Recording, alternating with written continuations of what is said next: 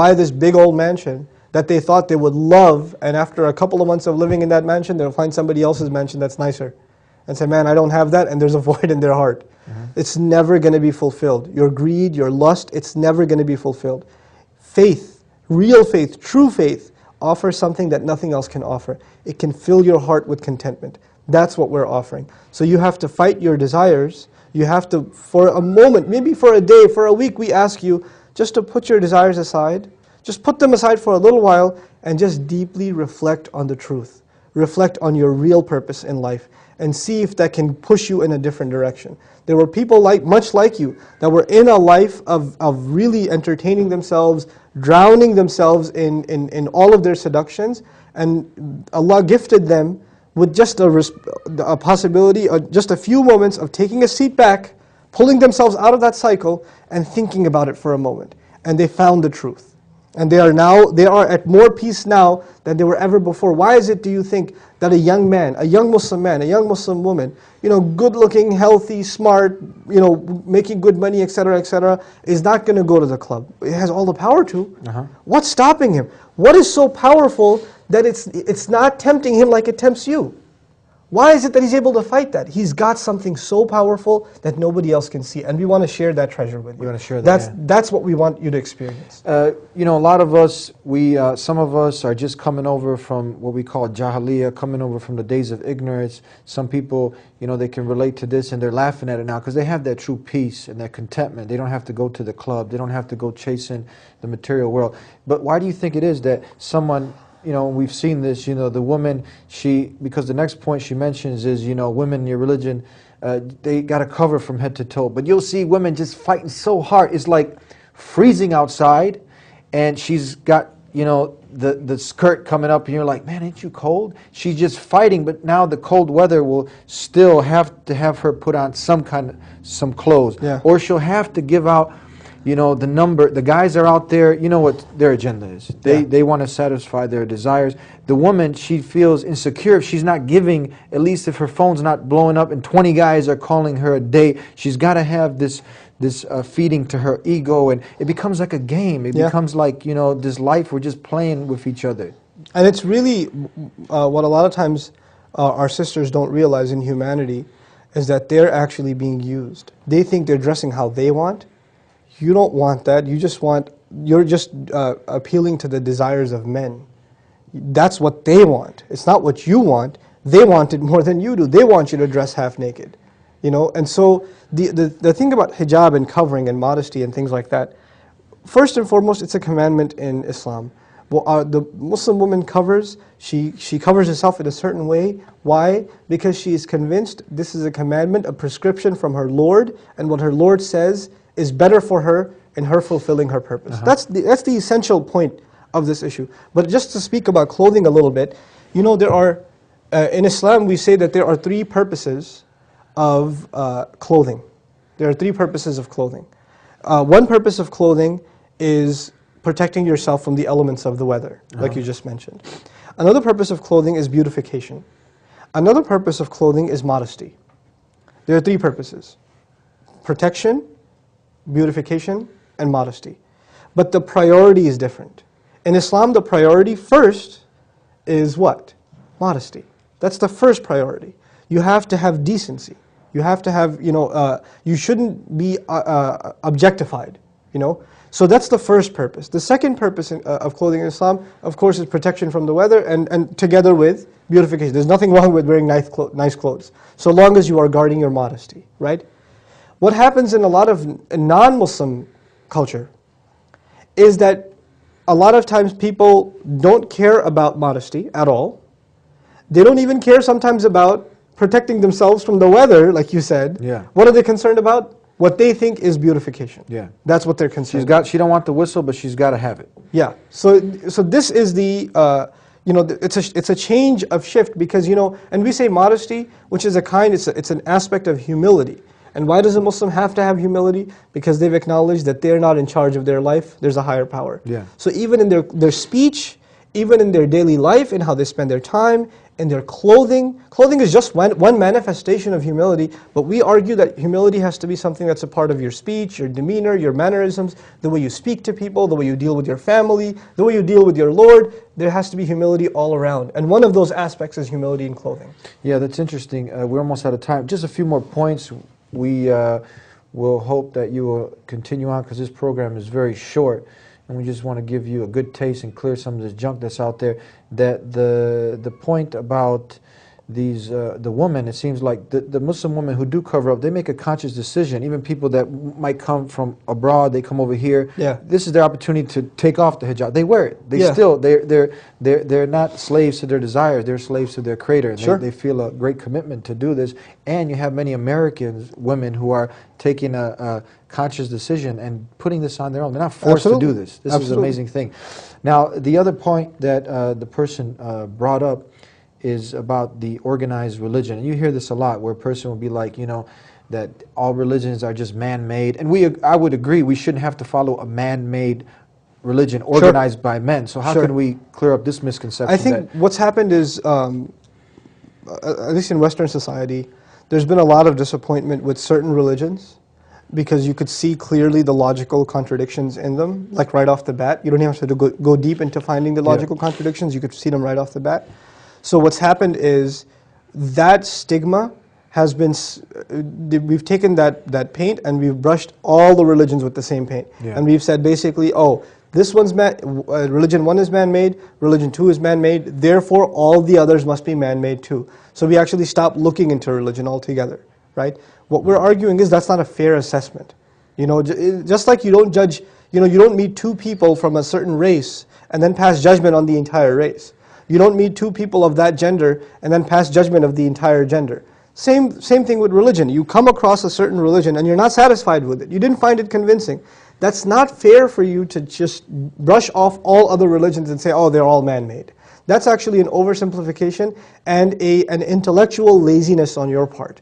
You're actually just justifying to yourself that, yeah, I was kind of thinking about submitting to my Creator. I didn't find something, you know, satisfying, so I'm just going to go back to my old distractions, right? It's kind of like, I'll tell you, you're only going to dig, you know, the analogy, you're only going to dig into something and you're going to only spend effort and time in something that you think is worth it. Like if I asked you to dig a hole into the ground for $5 and dig 10 feet half the day, you won't do it. But if I say dig 10 feet and I'll give you 20,000, you'll start shoveling. Yeah. So you only put time and effort into something that you think is worth it. If you think the truth and finding the purpose in your life is worth it, you'll dig and not find, then dig again and not find, and dig again and not find until you find, right? You're going to keep on digging. But this attitude of, oh, generally, just without even any inquiry, without even caring to look at the matter, you just say, oh, you know, I don't have to look into it. I already know that there's nothing, it's all man-made, we're all going to go to heaven. Well, the idea of heaven comes from religion anyway, so where did you get that idea? Right? Yeah. You're jumping the gun and it's actually showing your intellectual laziness, your emotional laziness. And perhaps the reason is maybe you don't want to find the truth. Maybe deep inside you, you're scared that if you find the truth, it's going to ask you to change yourself. And if you don't want to change yourself, Allah says in the Quran, بَلْ يُرِيدُ الْإِنسَانُ لِيَفْجُرَ أَمَامَهُ يَسْأَلُ أَيَّانَ يَوْمُ الْقِيَامَةِ. Very beautiful. He says, no, the human being, he wants to continue to disobey and explode in his disobedience that is in front of him right away. He wants to stay in that rut. Yeah.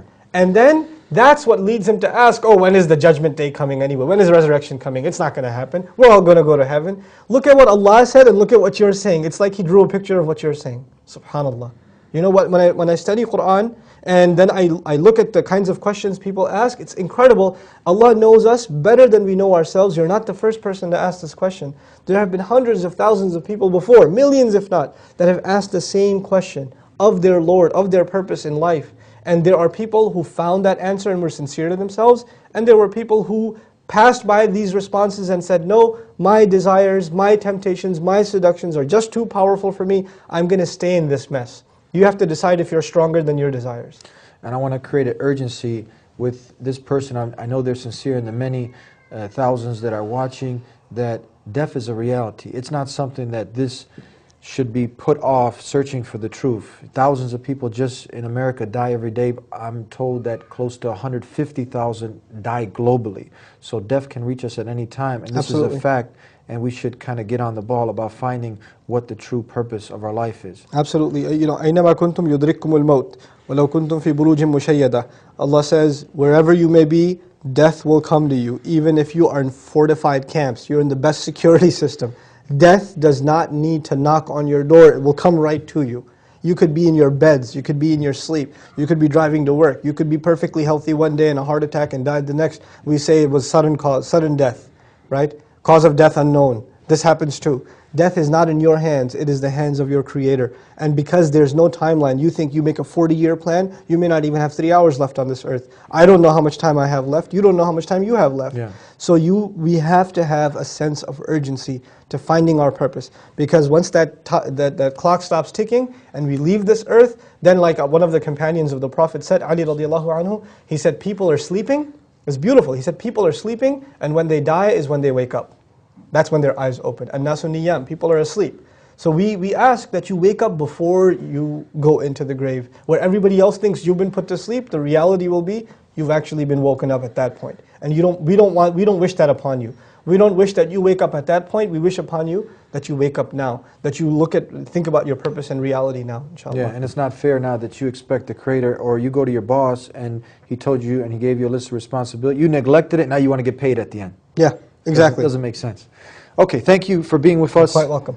We hope to have you back again, inshallah, God Inshallah. willing. Look forward And to thank you. I really hope that you're sincere, that you're honest, and I'm sure that you are. I'm sure that you want to know the truth, and I hope that this somewhat will stimulate you to continue on in your journey. Do the most important thing. Ask the one who created this universe and everything in it. Take the first step. Don't fight the guidance. Ask Him to guide you. The one who created you and took care of you and is still taking care of you, ask Him for the guidance. And He created you. I mean, one of the beautiful things is that He's the most loving and the most merciful, and it'd be unfair that He wouldn't guide you, but it's unfair to yourself if you don't even ask Him to give you the guidance.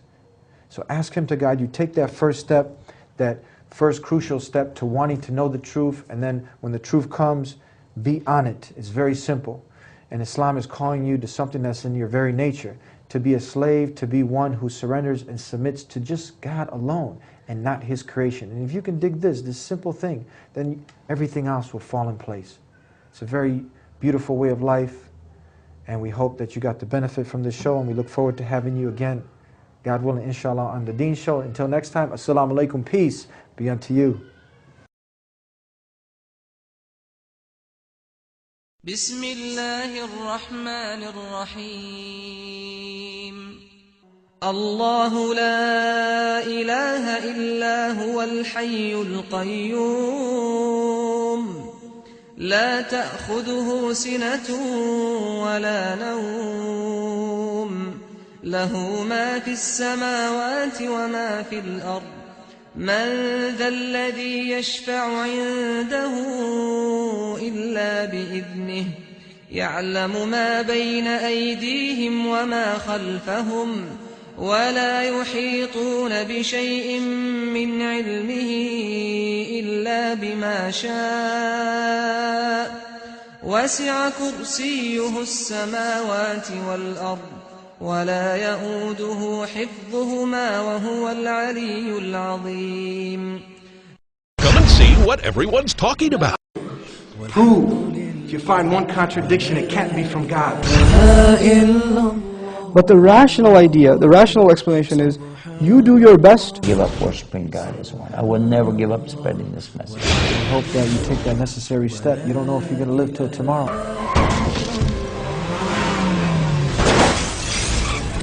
So you got to find that urgency to do the right thing right now.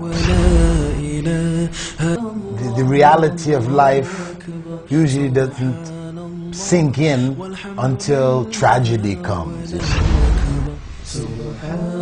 You get a few bad people, the media grabs a hold of that and spins it the way they want to. If you say that you do not believe in Jesus, you have stepped outside of Islam. You cannot be a Muslim. It is a tenet of our faith to